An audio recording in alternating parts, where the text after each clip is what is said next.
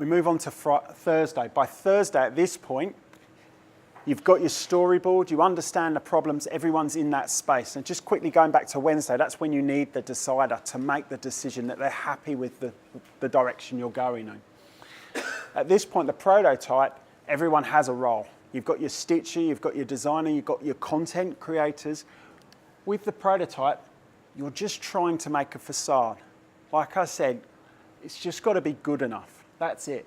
Now, something people get stumped with the prototypes is they always go down to screens. If it's not a screen thing, how does a design sprint, how is that relevant?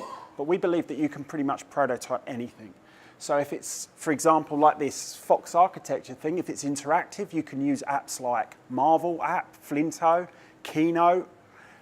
If it's paper-based, everyone can put together a keynote. It's just turn it into some sort of sales deck or a poster or something like that.